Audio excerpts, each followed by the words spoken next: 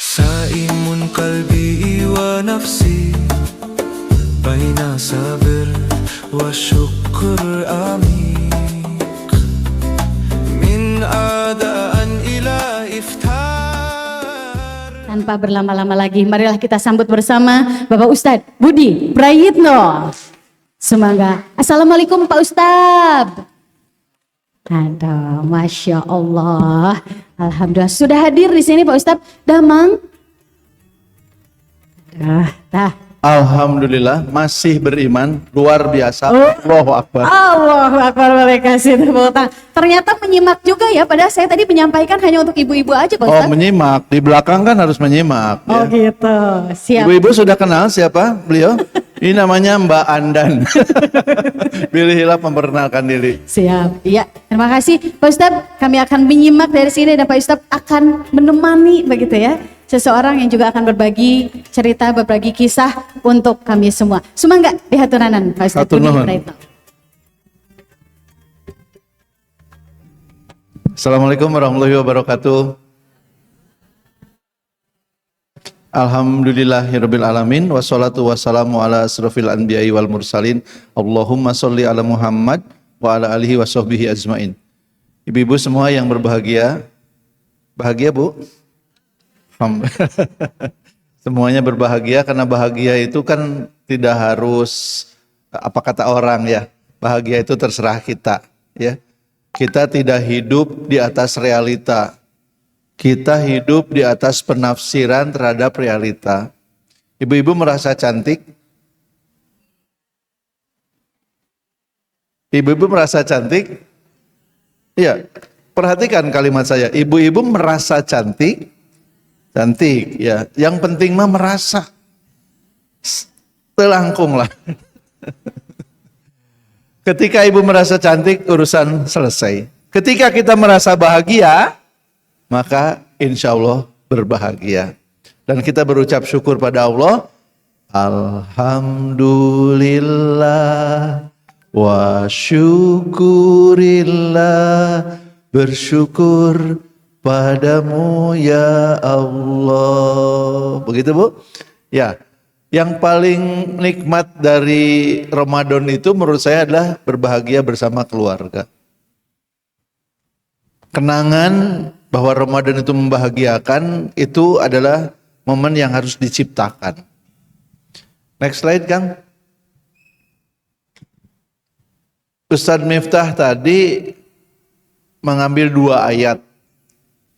Ayat tentang ketenangan yang diturunkan dalam hati, dan ayat tentang permohonan untuk menjadi ahli sholat. Ketenangan dimasukkan ke dalam hati kita oleh Allah, dan kemudian juga ketenangan didapat dari ibadah. Kenapa ibadah itu menenteramkan? Karena ini. Naik dulu belum? Karena ini. Ketika kita ibadah, kita merasakan kehadiran Allah. Tadi saya ditanya oleh tim bidang dakwah, kenapa banyak orang healing tapi enggak tenang-tenang? Karena salah healingnya. Healing itu ini, wa idza sa'alaka ibadi anni fa inni qarib. Merasakan Allah dekat. Ketika kita sudah merasa Allah itu dekat, maka insya Allah kita ada dalam ketenangan yang hakiki. Oke Kang, berikutnya. Maka rasakan kehadiran Allah dalam setiap tarikan nafas, setiap detak jantung, dalam seluruh nikmat sehat yang menyelimuti seluruh tubuh kita. Dalam bentang semesta raya yang diciptakan dengan seimbang, bumi berputar pada porosnya, bumi mengelilingi matahari, bumi berserta matahari mengelilingi bintang Vega dengan kecepatan 200 km per detik.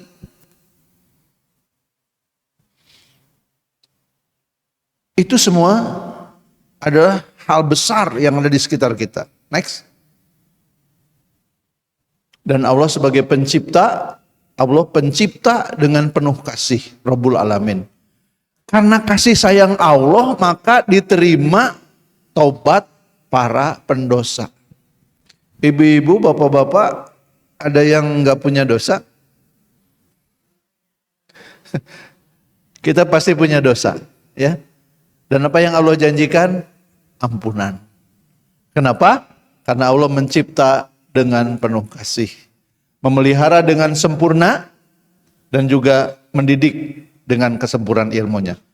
Next, satu slide lagi sebelum kita mengundang Ustadz Arif yang sudah hadir di sini. Sya'ban tahun lalu saya diundang oleh satu keluarga untuk tarhib di rumah. Tapi ada permintaan khusus sesudah acara ngariung, saya mau ngobrol, kata teteh ini. Ibu dari 2 orang anak yang masih SMP dan SD. Dan dia cerita, Pak Budi, saya terdiagnosa tumor payudara. Ada kemungkinan kanker. Mendengar kabar itu pasti goyah, galau. Dalam keadaan galau, apa yang dilakukan? Ternyata pilihannya tepat, sholat malam. Sesudah itu apa? Baca Quran dengan artinya. Dan apa yang didapat? Saya merasa setiap ayat yang saya baca benar-benar ditujukan untuk saya. Saya tidak pernah seintim ini dengan Allah. Saya tidak pernah seintim ini dengan Allah. Dan saya tidak pernah risau lagi. Apakah ini tumor? Apakah ini kanker? Saya berserah diri pada Allah. Saya ridho. Dia rupanya ridho kuncinya. Kalau sudah ridho, apapun yang Allah tetapkan, kita terima. Kan yang akan dipanggil masuk surga juga yang hatinya tenang. Ya ayyatuhan nafsul mutmainnah, irji'i ila rabbiki radiyatan mardiyah, wadkhuli fi ibadi, wadkhuli jannati. Teh Agri namanya, putri tunggal. Orang tuanya diberitahu belakangan bahwa dia kanker. Untuk memaksimalkan ikhtiar, orang tuanya membawanya ke Guangzhou. Ada pusat pengobatan kanker di sana. Qadarullah, Agri meninggal. Beberapa hari menyerang Ramadan. Atau di bulan Ramadan. Jadi akhir hidup kita tidak tahu. Tapi yang membedakannya adalah kita ridho tidak kepada Allah. Baik Ibu, Bapak, hari ini saya akan ingin lebih dekat, lebih akrab gitu ya. Bapak Ibu nanti boleh ngacung juga boleh. Mbak Andan boleh ya, kalau ada yang di tengah jalan ngacung gitu. Kan kita akan undang Ustadz Arif. Kang Arif Rahman Lubis, mangga silakan. Boleh diberi tepuk tangan dulu untuk Kang Arif. Memang tidak semua senang diberi tepuk tangan, asa jadi japati gitu.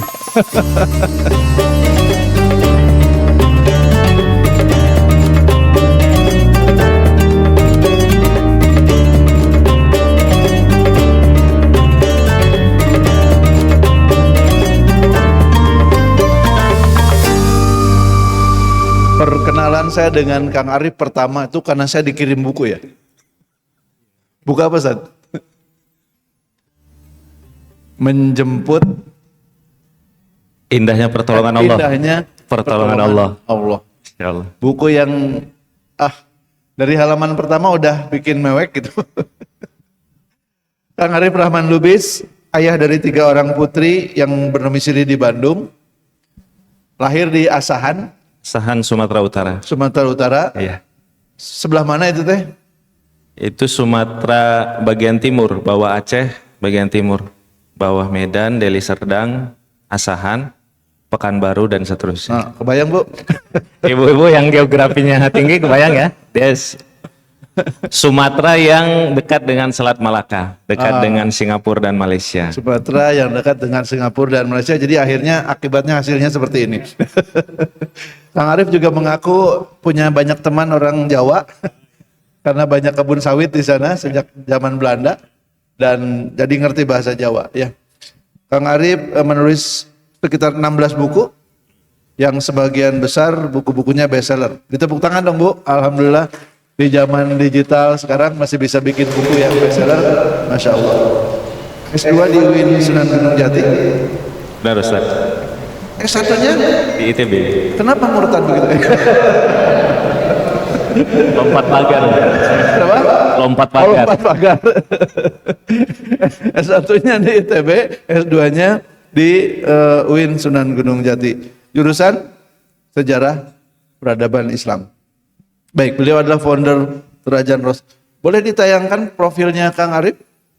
Kang Arif adalah founder Teladan Rasul Media, founder Teladan Rasul Class, owner dari Teladan Publishing, pengisi SPN Salman ITB di Masjid Al-Latif, di Masjid Sunda Kelapa, dan di berbagai tempat. Bapak Ibu sekalian yang berbahagia, kita akan mendengarkan dari Kang Arif beberapa hal yang mudah-mudahan akan mengantarkan kita pada Ramadan yang lebih bermakna bagi kita semuanya. Mangga Kang Arif, nanti di tengah-tengah kita akan ngobrol dan juga ibu-ibu, bapak-bapak diminta untuk lebih banyak bertanya, proaktif. Ya biasanya kan kalau pengajian teh suka susah nanya ya. Nah ini Kang Arif hanya kita beri waktu 20 menit, sisanya 40 menit kita akan ngobrol. Mangga Ustaz Arif. Baik, Ustadz saya izin berdiri ya Mangga. menyampaikan. Baik, bismillahirrahmanirrahim. Assalamualaikum warahmatullahi wabarakatuh. Alhamdulillahirabbil alamin. Alhamdulillahillazi hadana lihaza wa ma kunna linahtadiya laula an hadanallah. Allahumma sholli ala sayidina Muhammad wa ala alihi wa ashabihi ajmain. Bapak-bapak, ibu-ibu, kalau saya tanya kira-kira mungkin ada yang sudah, ini sepertinya kan sudah menikah semua ya, ibu-ibu ya. Ada yang sepertinya menikahnya sudah lebih dari 40 tahun? Ada? Ada ibu-ibu? Di atas 30 tahun ada? Nah, kalau saya nikahnya tahun 2008 berarti sekarang hampir 17 tahun, hampir 18 tahun. Ada yang di atas 5 tahun? Di bawah 10 tahun deh, di atas 5 tahun semuanya ya. Di bawah 10 tahun ada? Di bawah 20 tahun? Oke, di bawah 30 tahun? Berarti sudah 27 tahun dan lain sebagainya. Ya, alhamdulillah ini beragam sekali ya, berarti ya. Bapak-bapak, ibu-ibu, kalau saya tanya, Allah Subhanahu wa taala kan ingin sebenarnya dari pernikahan kita dalam surat Ar-Rum itu memberikan kita sakinah, mawadah dan rahmah. Allah ingin memberikan kita kebahagiaan dalam hati itu yang hakiki, yang menyeluruh. Ada rasa tentram di sana, ada rasa cinta kasih di sana, ada rasa rahmah kasih sayang di sana. Tapi pertanyaannya adalah, kalau kita kuantifikasikan 1 sampai 10, kira-kira ibu-ibu, bapak-bapak sekarang menilai pernikahannya 1 sampai 10 itu di angka berapa?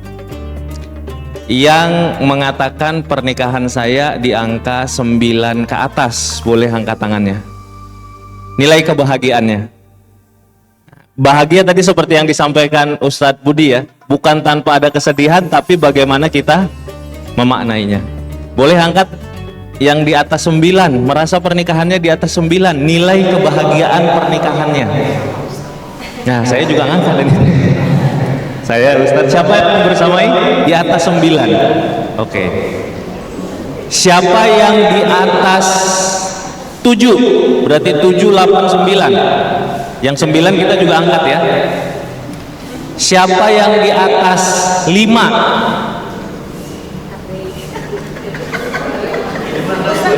Kita angkat juga. Di mana menuju ke atas? Di atas 5 kita juga angkat. Nah, siapa yang masih bingung ini sebenarnya pernikahan saya gimana nih sampai sekarang? Ada yang masih bingung nilai pernikahannya? Baik, ibu-ibu, Di dunia Allah Subhanahu wa taala ingin memberikan kita sakinah, mawaddah dan rahmah. Tapi kalau kita ternyata belum mendapatkan nilai yang paripurna, maka hari ini kita coba untuk belajar bagaimana caranya. Dan yang kedua, yang luar biasa adalah Allah yang maha mencintai kita, Allah yang maha indah, maha romantis, sejatinya ingin memberikan kita dalam pernikahan itu sesuatu hadiah yang luar biasa. Kalau saya tanya nih ibu-ibu, boleh slide-nya, boleh kita mulai? Ibu-ibu, selama ini hal yang paling romantis yang pernah dilakukan suami atau yang ingin suami lakukan tapi belum dilakukan itu apa? Ada yang mau berpendapat? Yang paling romantis, tahu, menurut saya yang paling romantis ini pernikahan kayak gini nih, tapi suami belum, ya nggak apa-apa, kita doakan ya. Ada yang mau angkat tangan? Nah, silahkan. Tidak perlu disebutkan apakah yang sudah atau yang mau, ya cukup disampaikan yang paling romantis menurut saya pernikahan seperti ini. Diri ya. Assalamualaikum warahmatullahi wabarakatuh. Saya dengan Ella. Menurut saya yang saya alami dalam pernikahan saya dengan suami saya itu pengalaman romantis ketika saya bisa mengajak. Aduh, kok jadi pengen nangis ya Pak. Ketika saya bisa mengajak suami saya mengikuti acara kajian agama, menyimak kajian baik dalam live ataupun online ataupun offline. Ketika kami sama-sama bisa mengajak kedua anak kami sholat berjamaah pada saat sholat subuh, karena kebetulan kami kan LDR ya Pak Arif, jadi kami hanya bisa seminggu sekali. Itu yang saya rasakan dalam perkawinan saya yang paling romantis. Masya Allah, kita berikan aplaus ya. Jadi yang dirasakan yang paling romantis adalah ketika bersama pasangan semakin taat dengan Allah Subhanahu wa taala, ikut kajian, bahkan mengajak anak-anak. Ada lagi satu lagi? Silahkan Ibu. Assalamualaikum. Saya berbagi aja sedikit. Saya sedang berbagi. Jadi standar bahagia saya itu rendah, Ustaz. Jadi saya tidak perlu yang indah-indah, saya udah bahagia. Saya mungkin ibu-ibu yang lain bisa meniru kalau ingin bahagia seperti saya setiap hari. Jadi saya tuh, suami saya orangnya cuek ya, teman-teman saya udah tahu mungkin. Jadi hal kecil yang dilakukan suami saya tuh udah cukup memberi saya bahagia. Misalnya gini, kemarin kita ke Jakarta, di jalan, di stasiun gitu, saya bilang, saya pengen itu dong gitu. Nggak boleh kan? Terus udah sampai di Bandung, saya pengen itu, saya sebutkan itu, pengen apa sih, kue lah gitu ya. Nggak boleh kan, kamu diabetes, nggak boleh. Udah aja saya diam. Begitu mendarat, nyampe belok, tiba-tiba dia belok sendiri ke sana. Dia lagi di counter, dia lagi order apa yang saya minta itu. Jadi tiba-tiba dibeliin tanpa saya minta, karena saya udah, ya udahlah, udah 2-3 kali ditolak, saya sudah tidak berharap gitu. Ternyata tanpa saya minta, dia tiba-tiba dia belikan pada saat saya tidak minta. Jadi buat saya itu suatu kebahagiaan, dan hal ini ada aja setiap hari yang dia lakukan. Buat saya itu romantis, Ustadz. Jadi setiap hari suami saya ngebodor-bodor dikit, saya udah bahagia. Jadi alhamdulillah ibu-ibu saya bisa dibilang bahagia setiap hari. Terima kasih.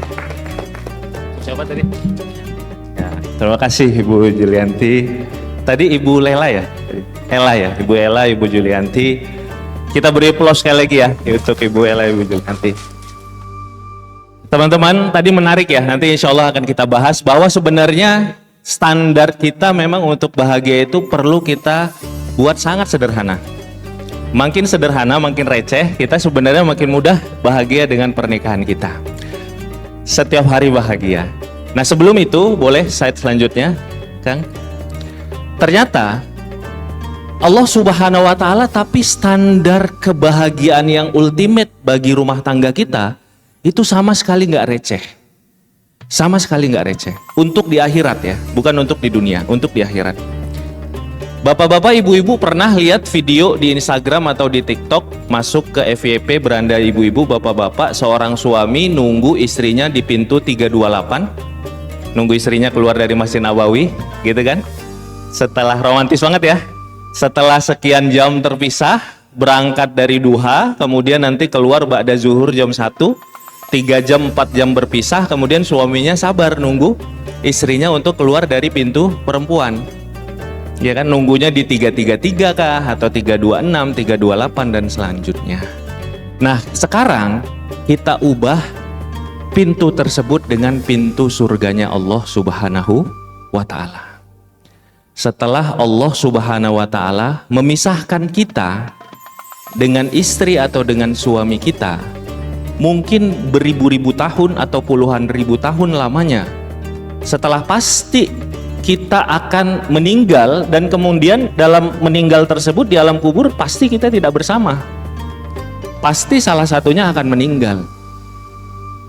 Dan menurut penelitian psikologi, ketika pasangan itu sangat dekat, maka hal yang paling besar tingkat kesedihannya adalah ketika ditinggalkan oleh pasangan hidup, melebihi ditinggalkan orang tua. Karena biasanya kalau ditinggalkan orang tua kita sudah dewasa, kita sebenarnya sudah berpisah tinggalnya.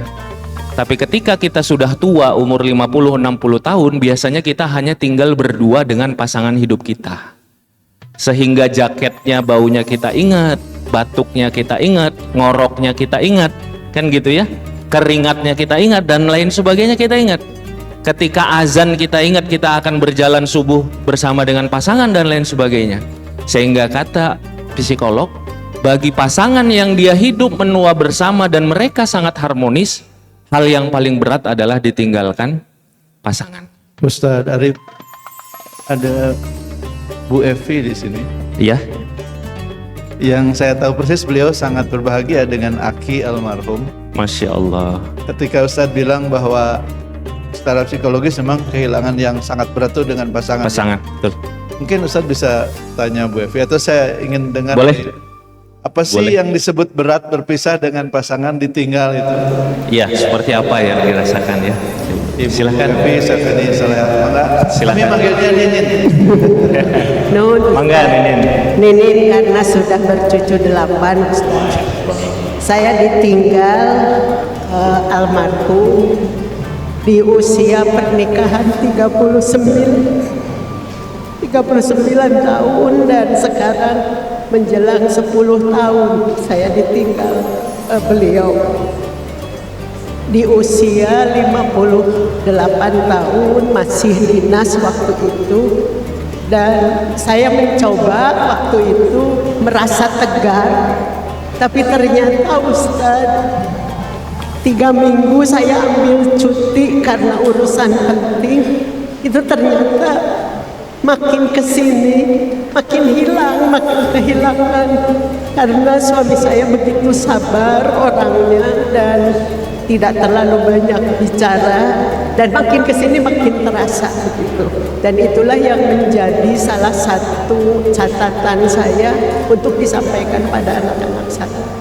Kalau Ustadz tadi menyatakan yang paling romantis apa yang saya alami adalah di saat anak yang pertama kali menikah itu meminta nasihat, dan kami berdua menyampaikan pada anak-anak kenapa minta nasihat, karena waktu itu anak-anak bilang ingin tahu tipsnya karena sepanjang hidup apa.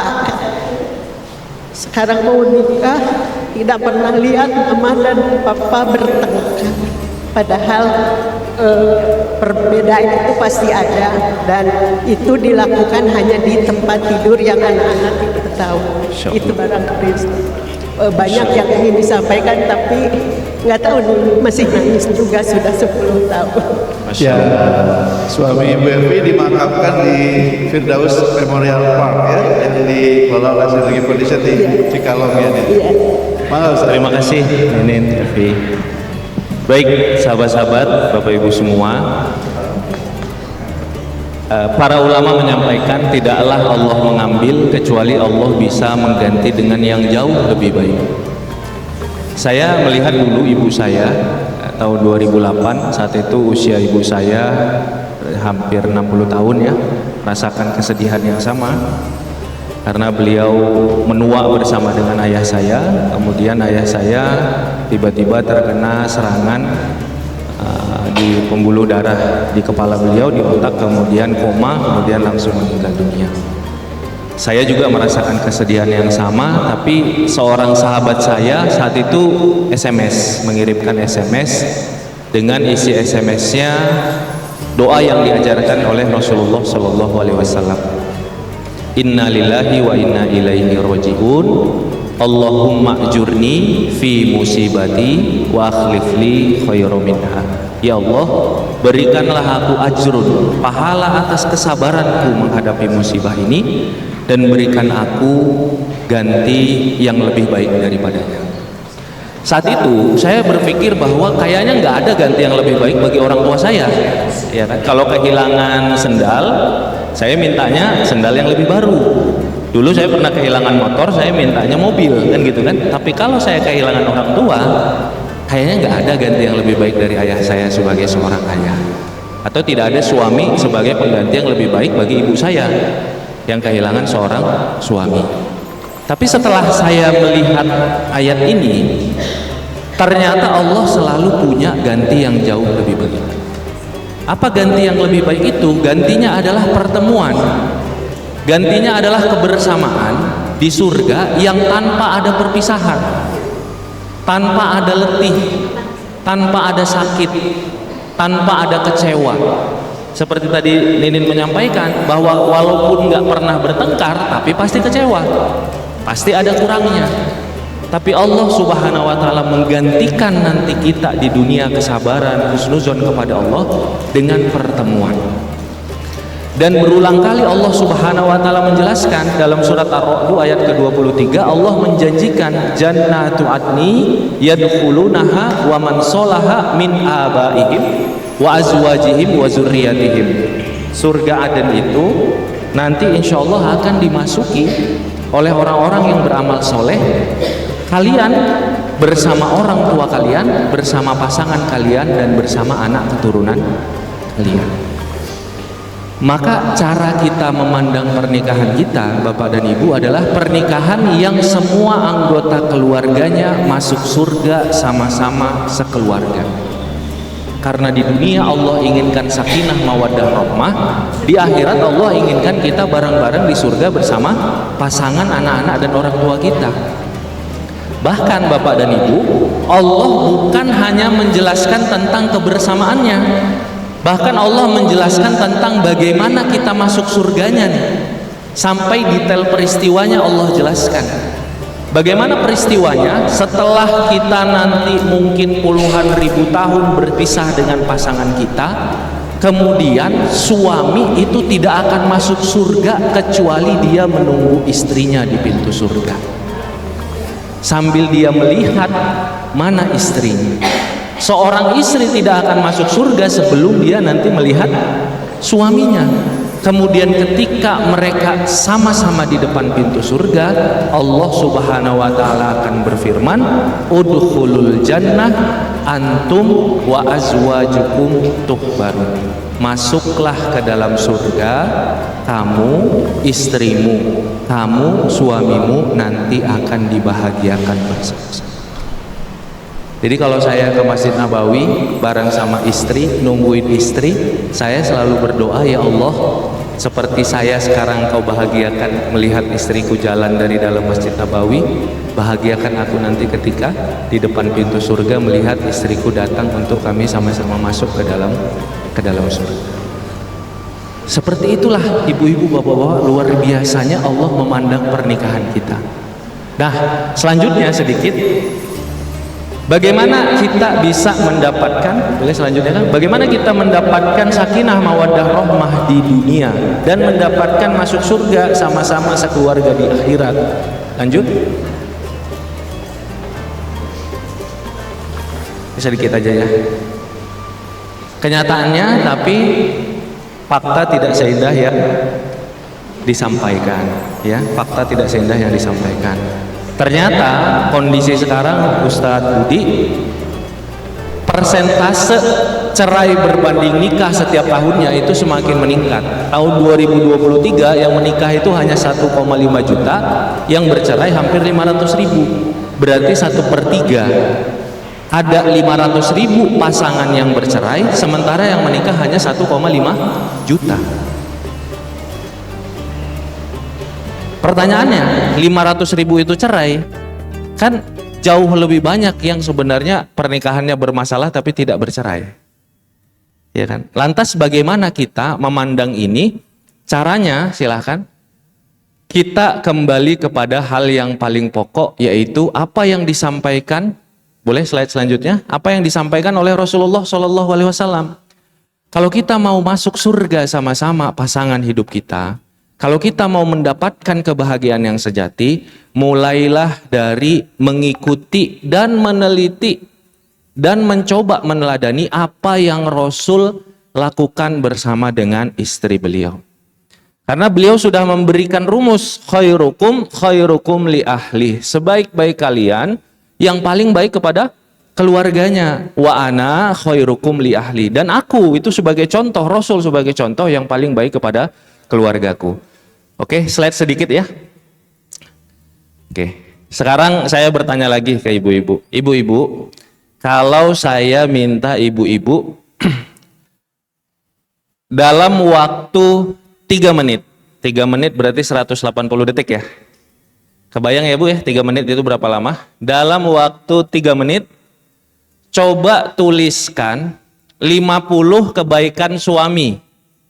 Bisa nggak? Bisa nggak? Dalam waktu 3 lawan nulisnya, saya nggak ini. Atau nggak usah nulis. Dalam waktu 3 menit, coba bayangkan 50 kebaikan suami. Bisa? Bisa. Ibu gampang, soalnya tadi yang sederhana, kemarin beli ini beli ini. Standarnya rendah Bu. Standarnya sederhana. Ada yang masih kesulitan? Dalam waktu 3 menit membayangkan 50 kebaikan suaminya? Ada? Kalau dibalik nih, dalam waktu 3 menit bayangkan 50 kesalahan-kesalahan suami. Cepat ya. Karena wanita itu katanya kan makhluk sejarah. Dia ingat tuh. Sampai sejarah dari awalnya nikah. Istri saya gitu juga Bu, 17 tahun nikah dia ingat. Ta'aruf pertama saya pakai kemeja apa, warna apa, kancingnya warna apa, beliau ingat. Karena wanita itu kan ingat ya, detail-detail. Kang Arif udah lupa ya? Saya udah lupa. Setelah diingatkan saya baru ingat lagi, Ustaz. Oh iya, ternyata benar. Ya, setelah dikasih memori saya diingatkan lagi. Nah, ibu-ibu semua, ternyata tadi kata kuncinya seperti yang disampaikan Ibu tadi, bahwa ternyata bahagialah dengan yang sederhana dengan pasangan kita. Ya, akhirnya gampang bahagia. Nah, ketika kita sulit untuk membayangkan apa yang baik dari suami kita, biasanya kita membayangkan hal-hal yang sifatnya tinggi atau hal-hal yang sifatnya rumit. Kalau akhirnya kita tanya, Bu, selama ini nikah suaminya ngasih nafkah enggak? Ngasih, Kang. Tapi kan itu kewajiban. Nah, yang wajib yang dilaksanakan itu adalah kebaikan. Buktinya apa? Buktinya ada puluhan juta ibu-ibu yang dia harus bekerja sendiri karena suaminya tidak menafkahi. Bu, selama ini nikah suaminya masih mau sholat enggak? Sholat, tapi dia kadang-kadang harus diajak ke masjid. Iya, tapi mau sholat enggak? Mau. Berapa juta wanita yang hari ini di tahajud malamnya menangis karena suaminya belum mau sholat. Berarti tadi seperti yang disampaikan Ustadz Budi juga, bahwa sebenarnya bahagia itu ada pada keputusan hati kita. Keputusan hati kita untuk setidaknya melihat hal-hal yang paling basic dari pasangan yang itu Allah sudah berikan pada diri kita. Nah, sebagai penutup, bagaimana Rasulullah SAW memandang pasangannya? Nah, ini boleh ya Bu ya, kita jadikan jangkar kita ya, ketika kita berdoa, ketika kita kesel sama pasangan dan lain sebagainya. Rasulullah menyampaikan seperti ini tentang Sayyidah Khadijah. Beliau mengungkapkan, setelah beliau memuji Sayyidah Khadijah, Khadijah adalah yang pertama beriman. Khadijah adalah yang membenarkan ketika yang lain mendustakan. Khadijah adalah yang memberikan seluruh harta untuk dakwah ketika yang lain menahan harta. dari Khadijah aku mendapatkan keturunan, cinta dan keturunan. Kemudian apa jangkarnya, apa Khadijah di hati Rasulullah? Rasulullah menutupnya dengan inni qad ruziktu hubbaha. Sesungguhnya aku beruntung diberikan rizki cintanya Khadijah. Saya bahasakan dengan bahasa kita ya. Sesungguhnya Khadijah adalah salah satu rizki terbaik dari Allah untukku. Luar biasa ya Bu ya. Rasul kalau ditanya tentang Khadijah, beliau ada satu kesimpulan. Khadijah bagiku adalah salah satu rizki terbaik dari Allah untukku. Salah satu rizki terbaik dari Allah untukku. Sekarang ibu-ibu yang di depannya sudah ada HP dan alat tulis, silahkan buat jangkar suami ibu-ibu di hati ibu-ibu. Bagiku, suamiku, tulis namanya adalah titik. Nah, silahkan dituliskan. Itulah nanti dalam doa-doa, itulah nanti dalam kesyukuran yang akan menjadi jangkar. Bahwa bagi kita, suami kita adalah seluar biasa, itu hadiah dari Allah. Boleh ya? Boleh, silahkan. Bagiku suamiku adalah teddy bearku, ya silahkan. Bagiku suamiku adalah obat sedihku, boleh. Bagiku suamiku adalah ATM berjalanku, boleh. Itu ada yang senyum-senyum Ibu Cica. Siapa? Bu Cica mau Ketika berbagi. ada yang berjalan, ada yang mau berbagi? Bu Cica Boleh. dia- Sambil menulis, sambil beberapa berbagi ya, biar kita bisa. Silahkan.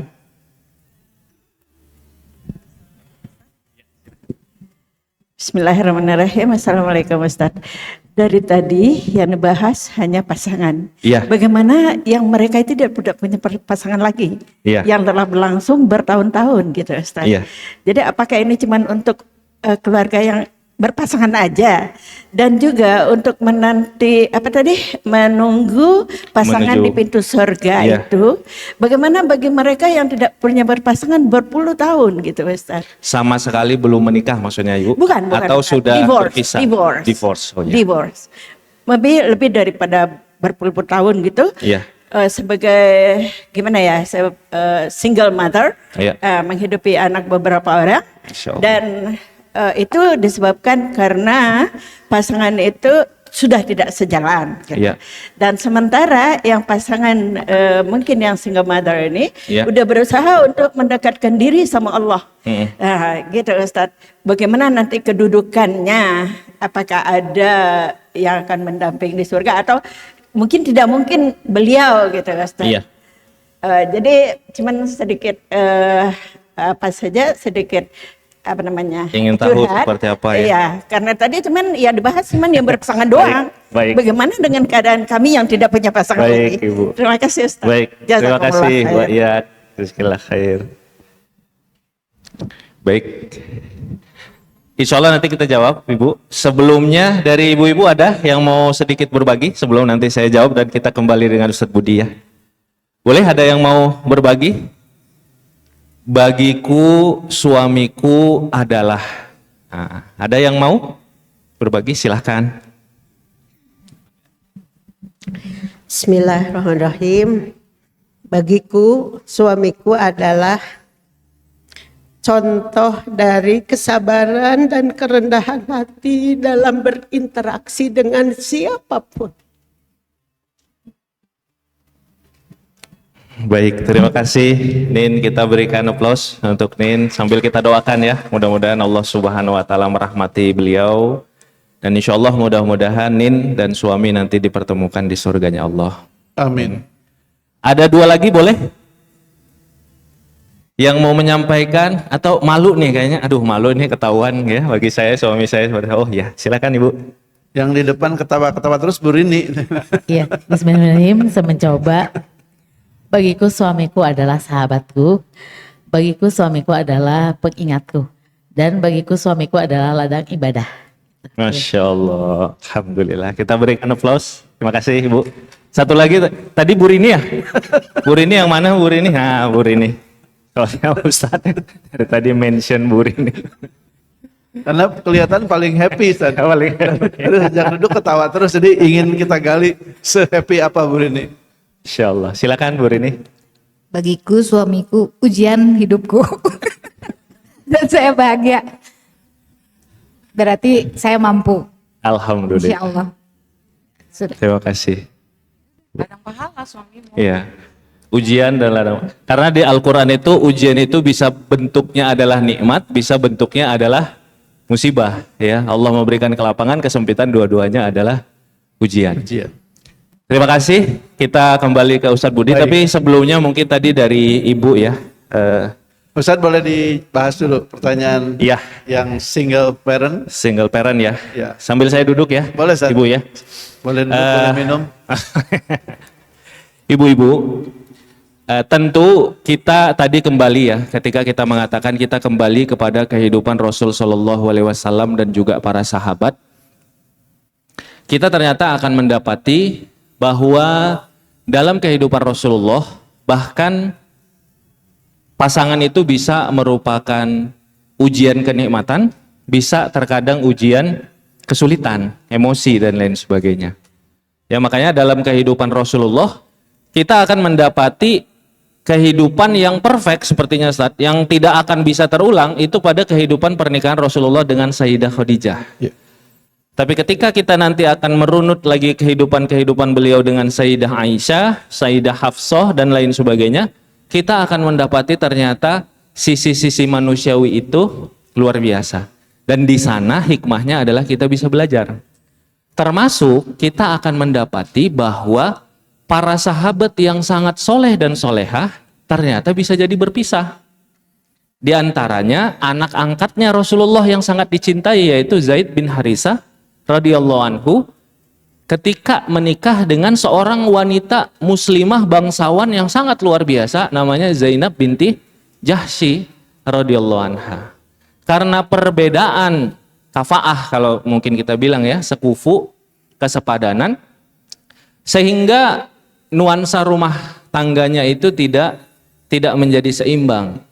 Zaid bin Harisah adalah mantan budaknya Khadijah radhiyallahu anha, sementara Zainab binti Jahsy ini adalah seorang bangsawan, putri bangsawan, gitu, seorang putri bangsawan yang sangat terbiasa dengan kondisi kebangsawanan, sehingga akhirnya dengan baik-baik mereka berpisah. Tapi alhamdulillah ala kulli hal, artinya apa? Ketika kita menghadapi ujian-ujian dalam kehidupan kita, Bapak dan Ibu, baik ada yang masih berumah tangga, tentu cara kita berpikir adalah cara berpikir bagaimana kita masuk surga sama-sama sekeluarga.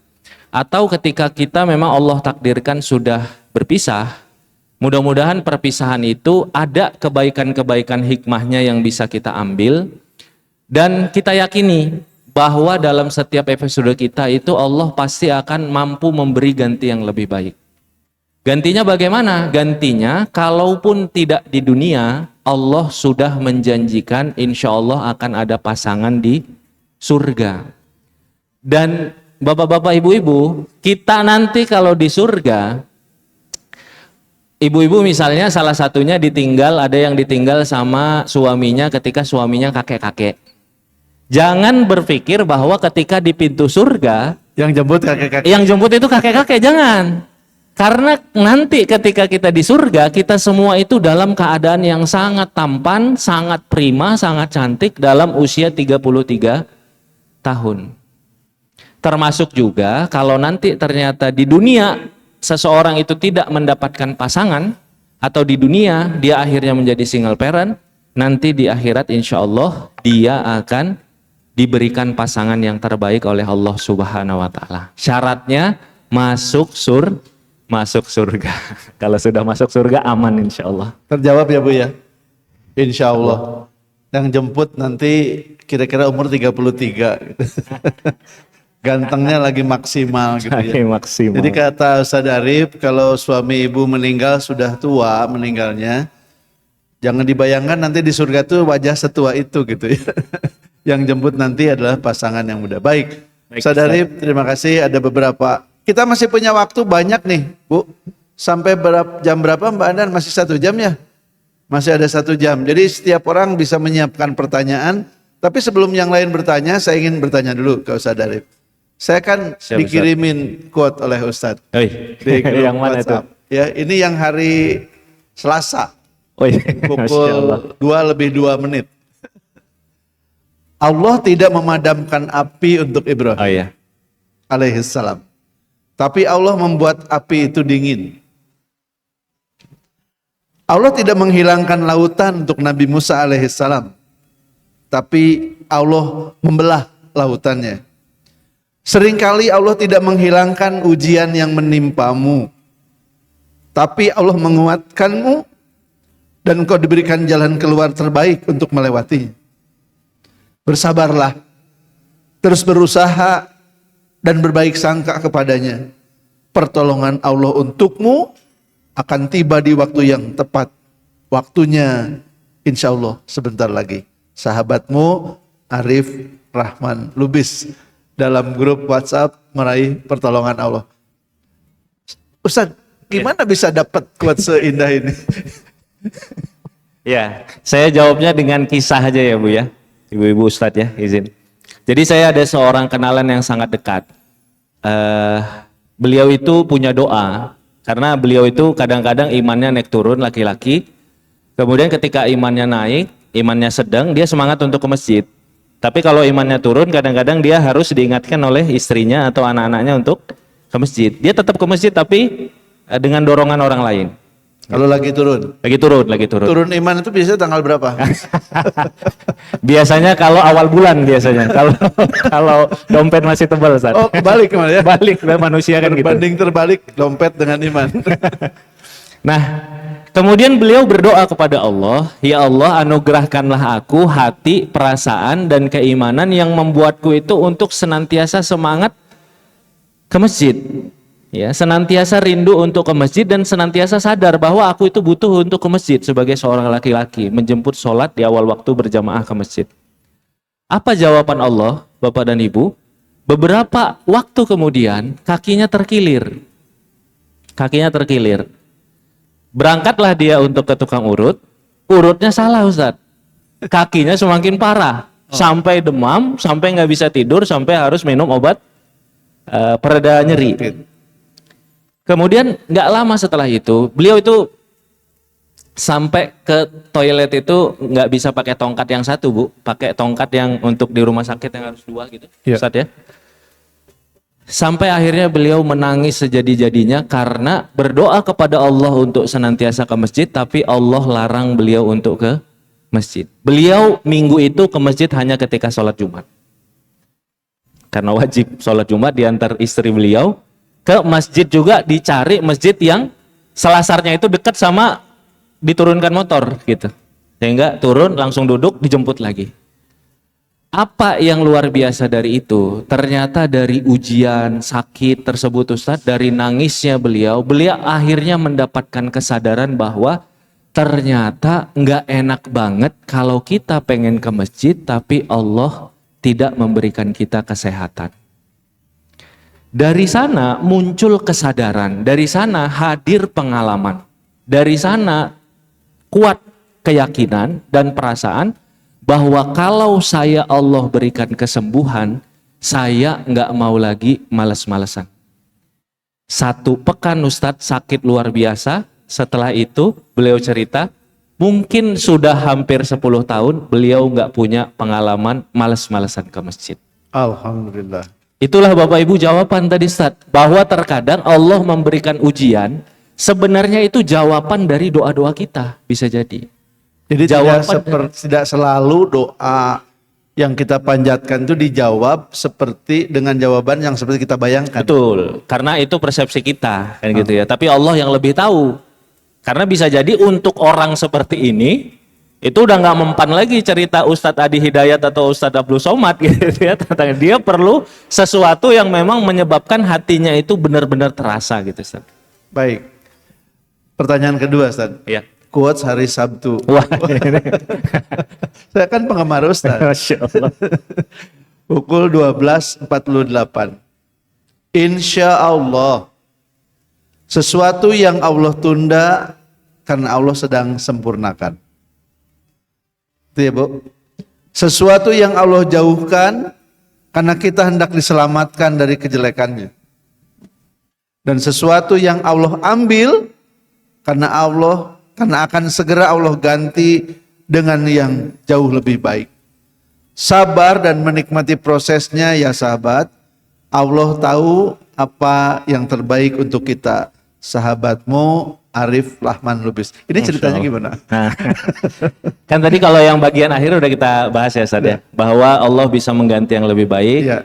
Mungkin yang pertama yang tentang ditunda. Nah, saya ini pernah ada mendapatkan mendengarkan ceramah ulama.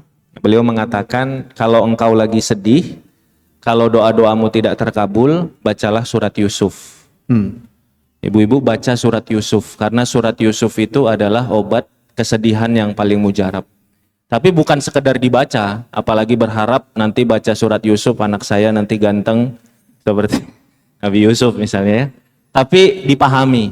Tapi itu juga boleh ya. Kalau baca surat Yusuf kemudian yang belum punya anak nih mendoakan anaknya kayak Nabi Yusuf boleh kan ya.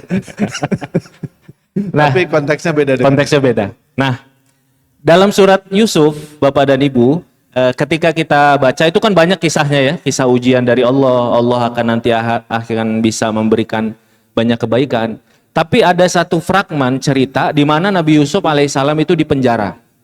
Nabi Yusuf alaihissalam dipenjara, kemudian beliau ketemu dengan dua orang pemuda Ustaz, yang menjadi muridnya beliau. Ditafsirkan mimpi. Pemuda yang pertama, dia nanti akan dihukum mati. Karena dia bermimpi bahwa ada roti di atas kepalanya dipatuk-patuk sama burung. Pemuda kedua bermimpi nanti akan menuangkan cawan berisi anggur. Yang itu nanti Nabi Yusuf alaihissalam menafsirkan engkau nanti akan bebas dan akan menuangkan minuman kepada raja atau pembesar. Selesai, ternyata mimpinya terjadi dan takwil mimpinya itu terwujud.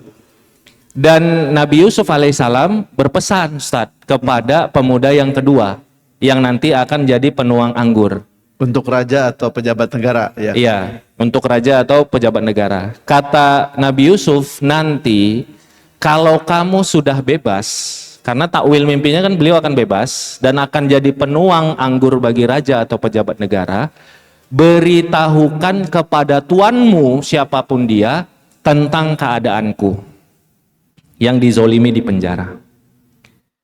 Nanti kira-kira di ayat ke-40-an itu, kalau nggak salah 42. Kemudian setan membuat pemuda tadi itu lupa Ustaz. Kepada amanat Nabi Kepada amanat, kan kelewatan ya. Udah dikasih, begitu keluar lupa dia. Padahal dia jadi penuang minum bagi raja. Lupa dia. Seperti takwil Nabi Yusuf. Nabi Yusuf benar. Ya. Akhirnya dia jadi penuang raja, tapi dia lupa dengan amanah dari Nabi Yusuf. Biasa begitu ya Bu? Biasa begitu memang. Lagi senang, lagi sedih dia ingat, lagi senang dia lupa. Karena kesenangan itu memang memabukkan. Memabukkan. Lupanya luar biasa ibu-ibu, bukan satu hari, bukan satu pekan, bukan satu bulan, bukan satu tahun, sampai bertahun-tahun lupa. Kan berarti ditunda nih harapan Nabi Yusuf agar bisa selesai masalahnya. Ditunda, doanya ditunda. Tapi yang luar biasa adalah ketika raja mimpi, yang mimpinya itu mengkhawatirkan raja karena melihat ada 7 sapi gemuk, dimakan 7 sapi kurus, 7 bulir gandum itu yang habis, yang hijau itu diganti dengan yang sudah kering. Raja itu ngobrol, musyawarah sama pejabatnya, sama ahli hikmahnya, nggak ada yang ngerti dan semuanya mengatakan sudahlah raja itu mimpi saja.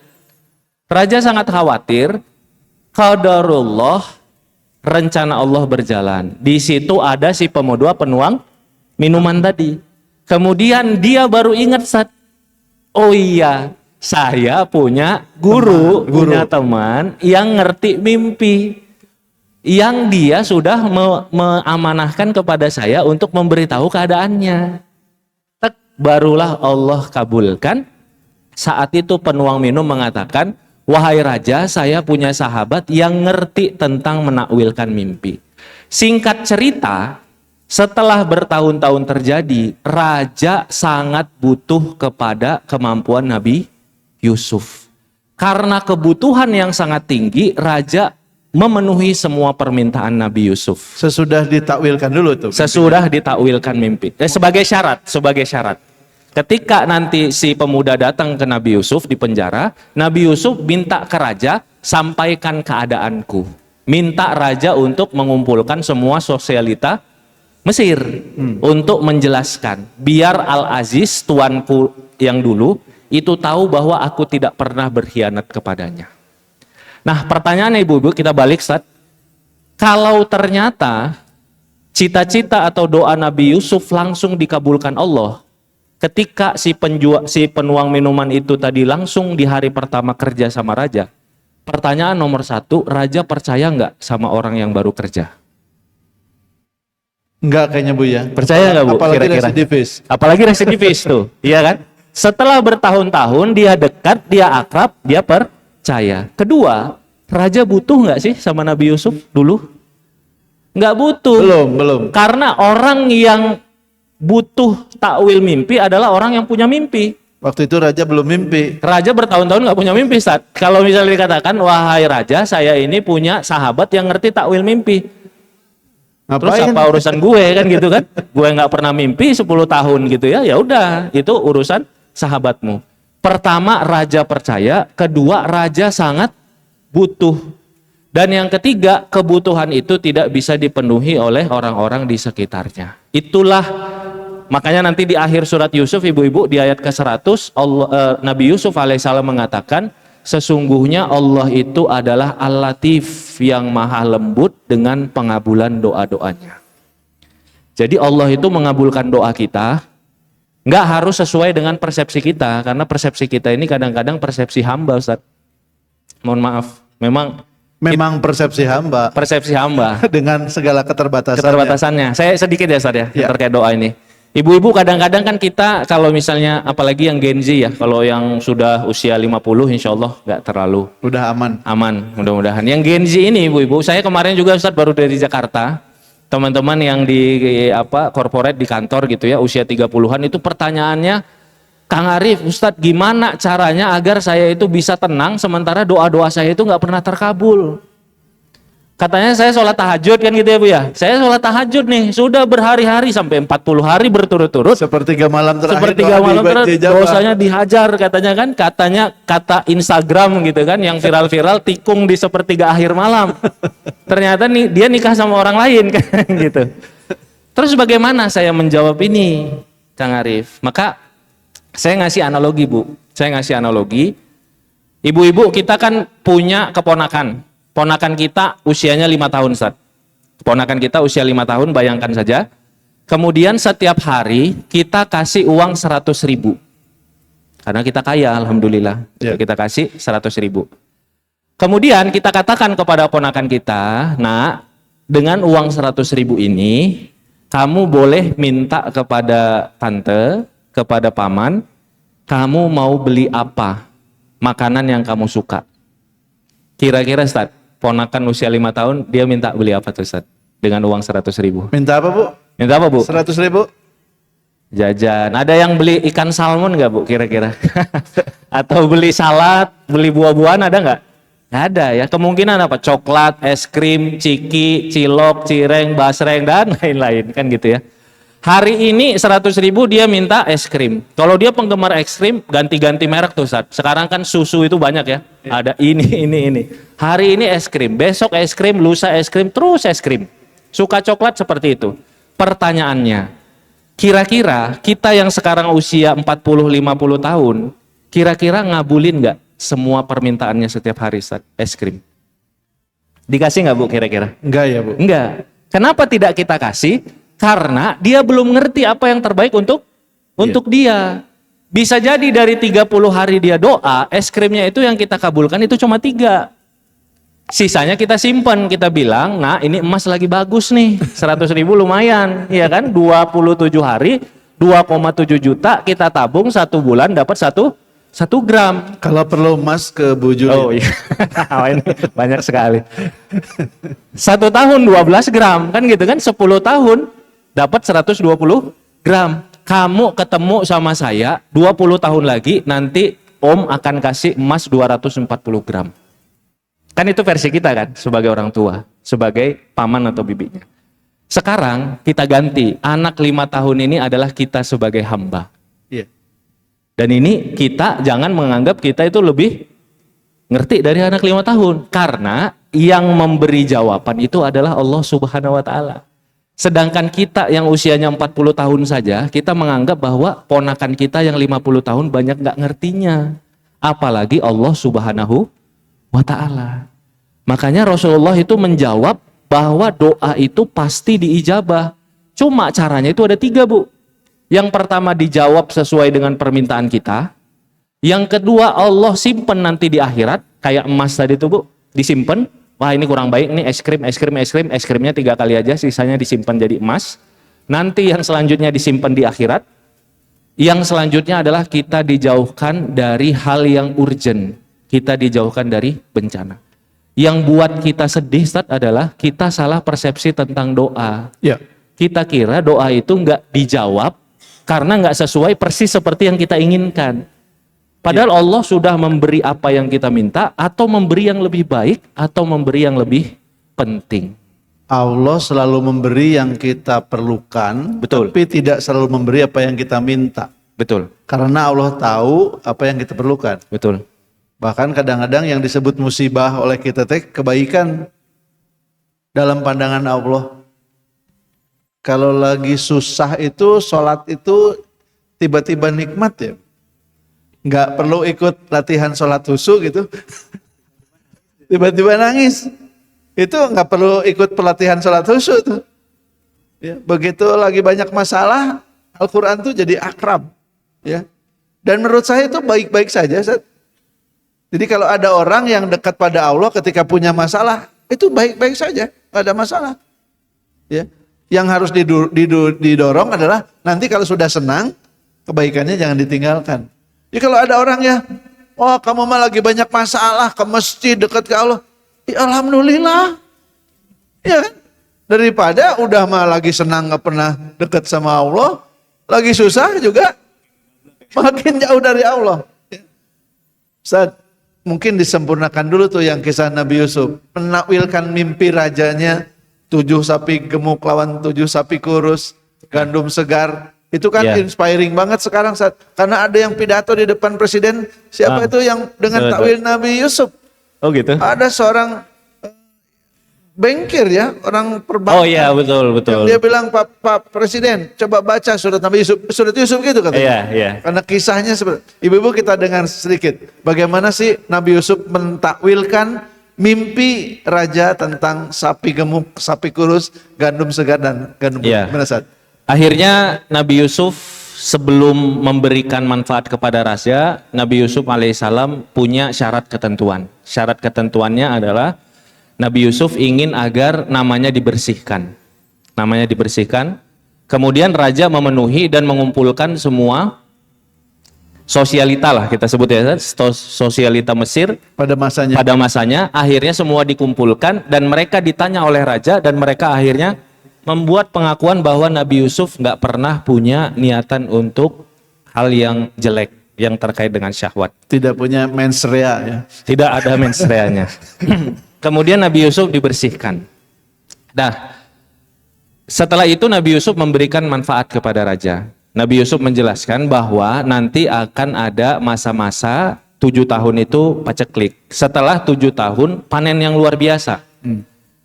Dan Nabi Yusuf memberikan sebuah inspirasi cara untuk menyimpan hasil panen, Ustaz, akhirnya. Mengelola hasil panen. Dan ini dipakai kalau kita ke Mesir, ini sampai sekarang dipakai oleh bagian penduduk bagian Afrika Utara, Ustaz. Jadi caranya itu ibu-ibu, misalnya anggur atau gandum, itu dipotong, bukan anggur itu dipetik dari buahnya, ditarik. Tapi dipotong dengan tangkainya. Kemudian tangkai tersebut dimasukkan ke dalam sebuah wadah dari tanah liat, kemudian disimpan di dalam sebuah ruangan yang suhu udaranya baik lah gitu, ditutup dengan tanah liat dan lain sebagainya, sehingga dari penelitian sekarang itu memang bisa bertahan sampai bertahun-tahun, Ustaz. Sampai bertahun-tahun. Dari sana kalau kita lihat nanti Bu ya, masalah Nabi Yusuf pertama kan masalah sama keluarganya sama saudaranya. Masalah selanjutnya beliau dibuang. Masalah selanjutnya beliau difitnah. Fitnah. Masalah selanjutnya fitnahnya bukan hanya satu orang tapi masalah dengan seluruh wanita sosialita. Akhirnya beliau masuk penjara. Nah, titik akhirnya, titik pembaliknya itu adalah jawaban Allah tentang mimpi tadi. Titik pembaliknya setelah Allah menunjukkan kepada raja bahwa ada Nabi Yusuf yang sangat ngerti takwil mimpi, Nabi Yusuf dibersihkan dari urusan sama sosialita. Bebas beliau dari penjara tuh, Ustaz. Kemudian Nabi Yusuf diselesaikan urusan dengan si nyonya tuannya. Bebas namanya jadi bersih. Setelah itu Nabi Yusuf alaihissalam diberikan kekuasaan jadi bendahara dan perdana menteri. Dan karena kekuasaan tersebut beliau punya kesempatan untuk menyelesaikan urusan dengan sama keluarganya. Setelah itu beliau dipersatukan dengan ayahnya. Dan paling ujung Bu yang luar biasa adalah seperti mimpi Nabi Yusuf awal bahwa akan ada 12 bintang, bulan dan matahari yang bersujud kepada Nabi Yusuf. Akhirnya di ujung nanti Allah akan mewujudkan mimpi itu, walaupun kalau kita potong Sat, di tengah-tengah ketika Nabi Yusuf di penjara itu kayaknya mustahil banget. Artinya sesulit apapun kita, setidak mungkin apapun keadaan kita, jangan pernah kita putus dari doa kepada Allah Subhanahu wa Ta'ala. Karena yang serumit Nabi Yusuf saja bisa Allah urai itu masalahnya satu persatu sampai akhirnya nanti urusan tersebut itu Allah selesaikan. Wallahu a'lam. Baik. Boleh ditepuk tangan dulu untuk saya Arif biar lebih semangat dan kita juga sama-sama bersemangat. Kita punya 30 menit untuk berdialog. Boleh tanya ke Kang Arif, boleh tanya ke saya, boleh tanya ke Mbak Andan, boleh ya? Boleh tanya ke Nini Nevi, boleh tanya ke Bu Juli, boleh tanya ke... Baik, ada yang bertanya? Sudah ada yang siap bertanya? Belum? Oh Bu, silakan.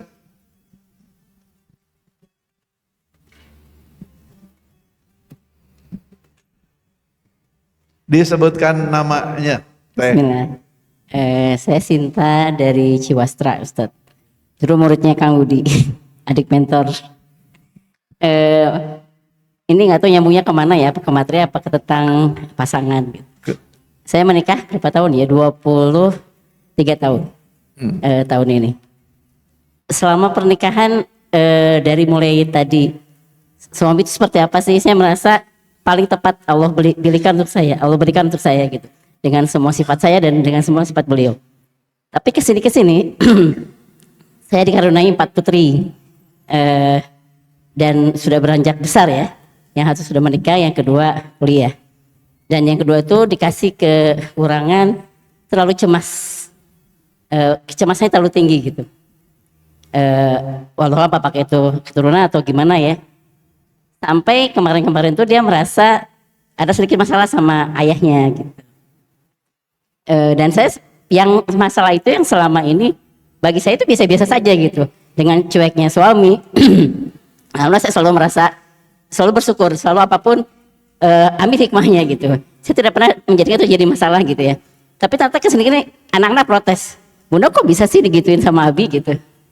Kok bisa saya bisa cuek itu gitu. Nah saya jadi berpikir loh emang selama ini salah ya gitu.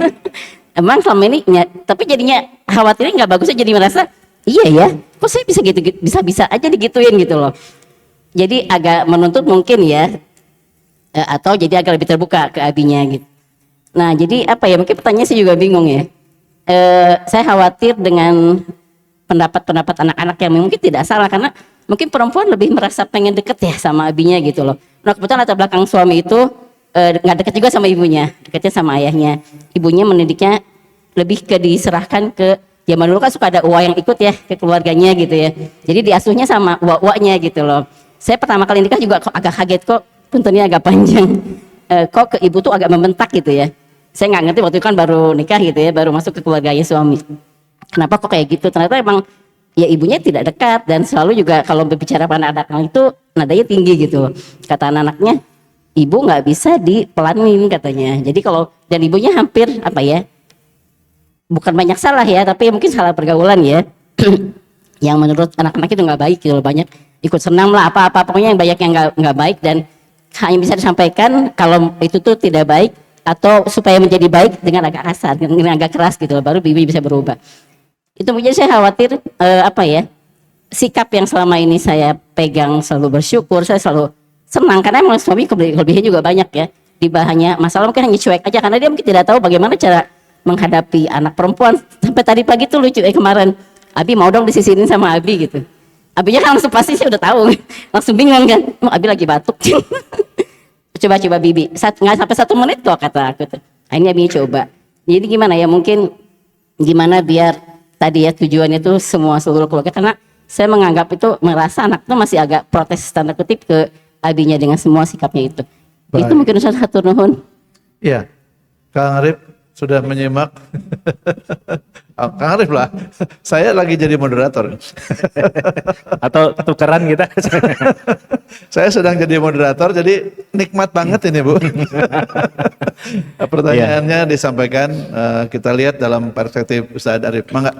Iya, jadi ketika kita berpasangan, yang pertama yang perlu untuk kita pahami bahwa saat kita masih bersama dengan dia, berarti yang menjodohkan kita itu bukan dulu mak comblang kita, bukan keluarga kita, atau bahkan bukan atas sepenuhnya keinginan kita sendiri, tapi itu adalah pilihan Allah Subhanahu wa Ta'ala untuk kita. Berarti baik dan buruknya itu sebenarnya sepaket. Tapi yang luar biasanya dalam Islam adalah dalam banyak kondisi Rasulullah SAW menunjukkan bahwa mencintai itu adalah ingin kebaikan pada dirinya.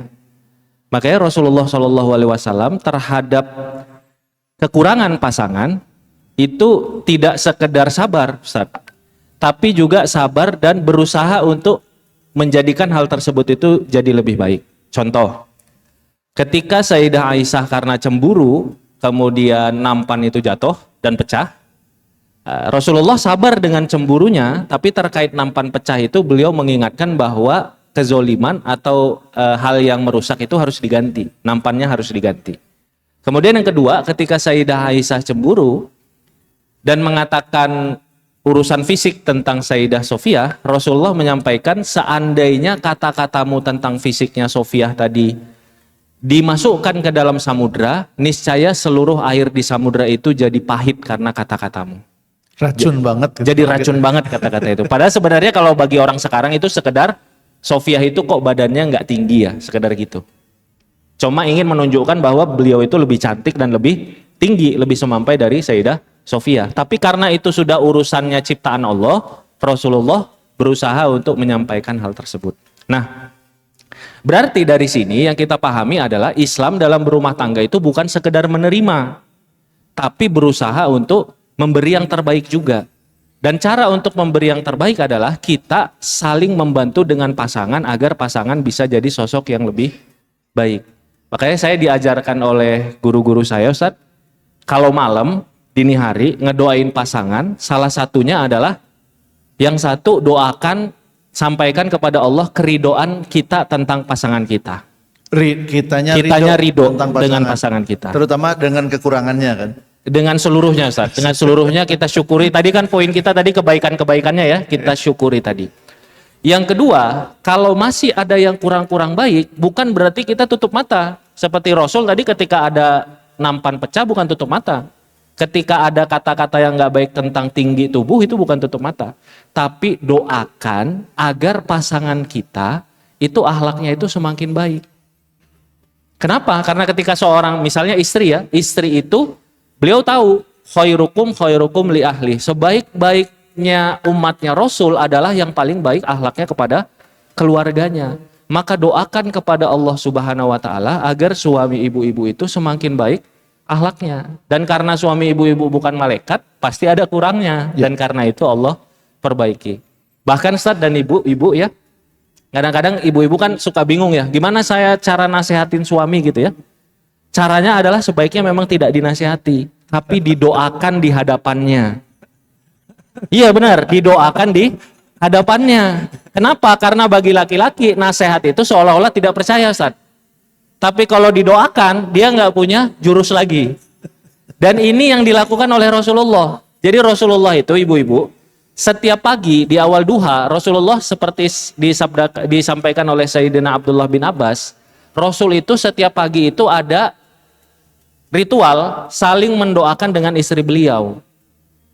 Jadi kalau misalnya ada yang ibu harapkan misalnya ya, suami tadi misalnya dingin banget, cuek banget gitu ya, doakan di hadapannya, syukuri dulu kebaikannya, ya Allah terima kasih, Engkau sudah memberikanku suami yang soleh, rajin ke masjid dan lain-lain. Ya Allah, jadikanlah suamiku suami yang semakin hangat hatinya, semakin senang untuk menunjukkan sifat romantis kepada istri dan anak-anaknya. Ini kan suami terpaksa amin kan, walaupun dia mikir dulu ini gimana nih maksudnya. Oh ya amin aja dulu, karena doa itu tendensinya baik Sat. Ya.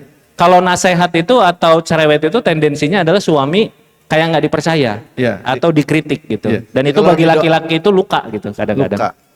Ya, Penting Bu, ini catatan dari Ustadz Arif. Nasihat pada suami atau kritik itu menimbulkan luka, ya.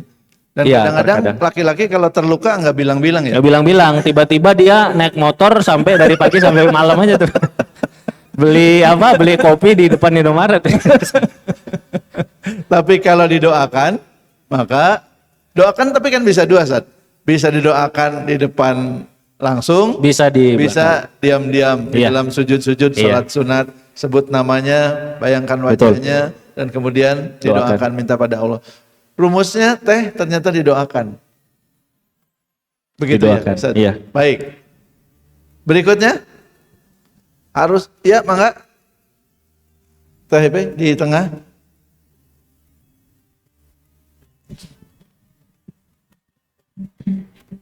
Assalamualaikum warahmatullahi wabarakatuh. Waalaikumsalam warahmatullahi wabarakatuh. Saya dengan Yuyun. Pak Ustadz, sudah 2 tahun lebih saya ditinggal sama anak. Tetapi sampai saya masih selalu bertanya, ya Allah kenapa? Terus kadang saya masih terpuruk Pak Ustadz. Dan kalau terpuruk saya suka membaca wirid yang dari Pak Ustadz.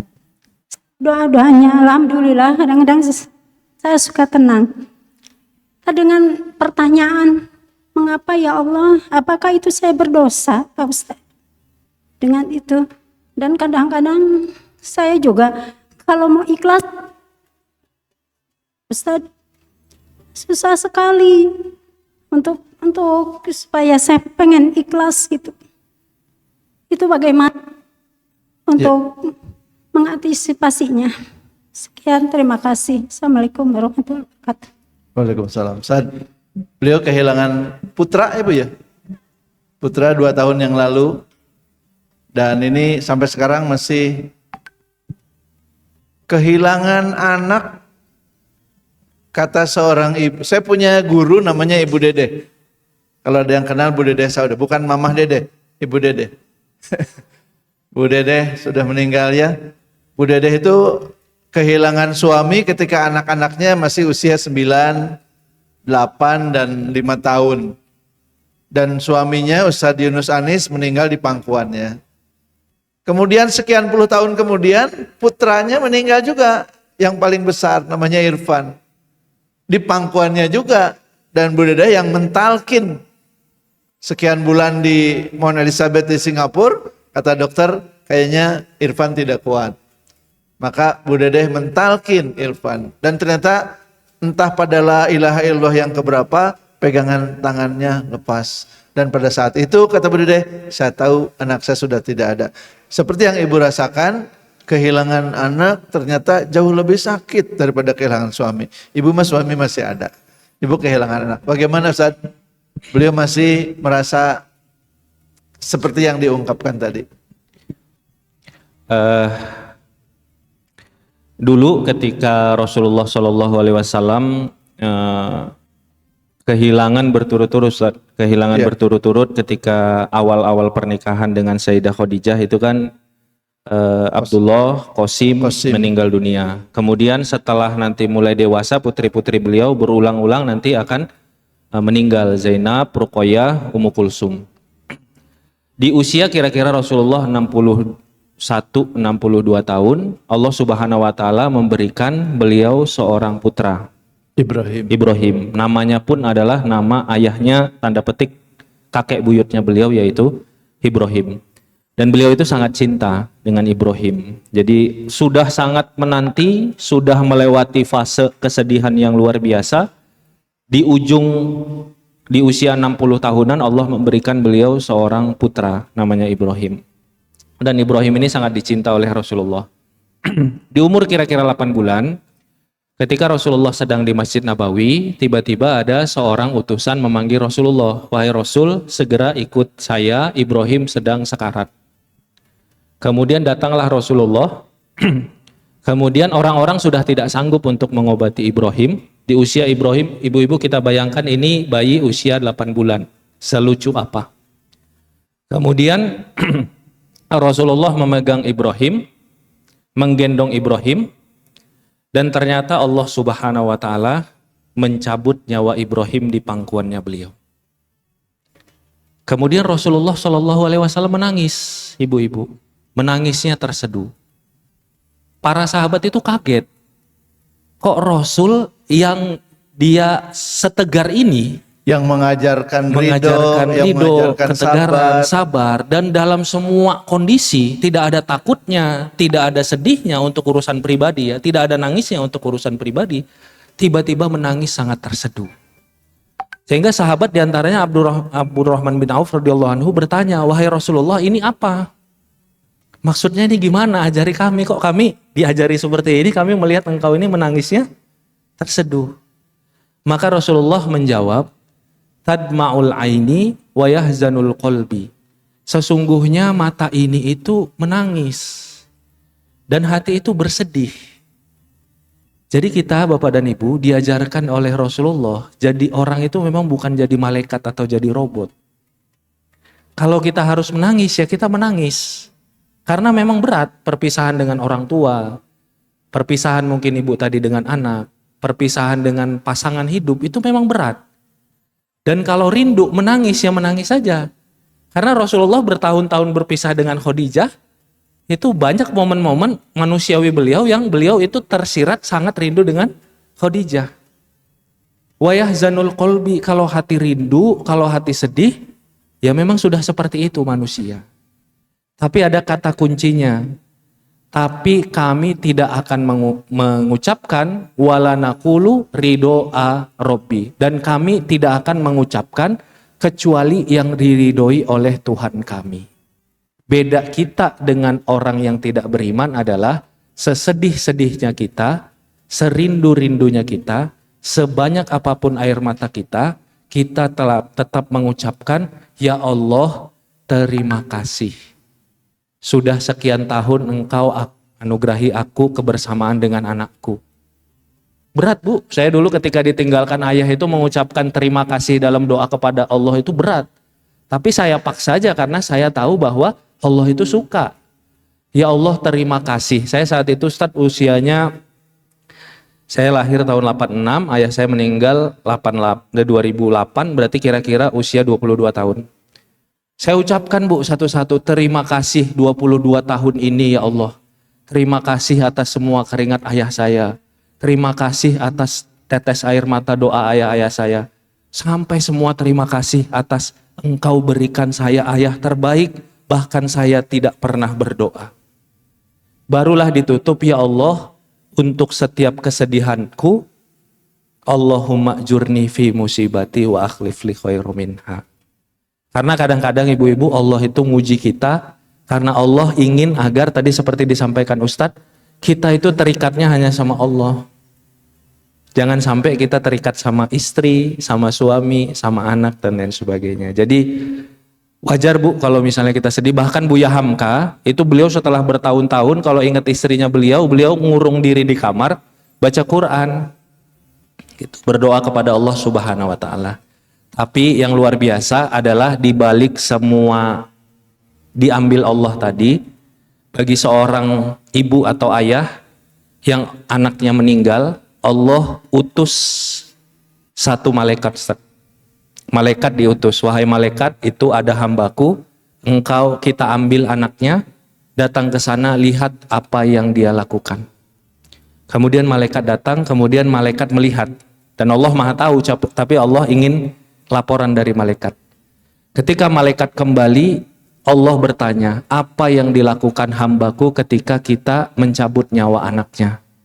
Kata malaikat, dia bisa jadi menangis, dia bisa jadi bersedih, tapi dia mengucapkan segala puji bagi Allah yang telah memberikanku semua kebaikan. Maka firman Allah, wahai hambaku, saksikanlah bahwa aku sudah menyiapkan istana di surga yang namanya adalah istana pujian. Nanti akan dimasuki oleh orang tuanya bersama dengan anaknya tadi. Insya Allah. Begitu Bu Yun. Dan nanti kita punya Ustadz yang di sesi terakhir, Ustadz Mega. Dan beliau mengalami hal yang sama. Ditinggal oleh putranya yang masih kecil. Ustadz Mega ditinggal oleh putra dan ditinggal oleh ayah dengan cara yang luar biasa. Nanti kita bisa tanyakan lagi kepada beliau. Ya, bagaimana menyikapinya. Salah seorang ulama dari Priangan Timur, Mama Khair, Wa Khair dipanggilnya di sana dari Manon Jaya, memberikan nasihat pada kita. Saya pernah sampaikan juga ya Bu, bagaimana mengubah sedih jadi bahagia. Dalam bahasa Sunda, lir ibarat tunggara manggih lebaran. Do you understand? Bu Eli ngerti Bu Eli? Uni Eli ngerti? Mengubah derita jadi bahagia, itu rumusnya yang pertama inkitho. Inkitho itu di atas tawakal.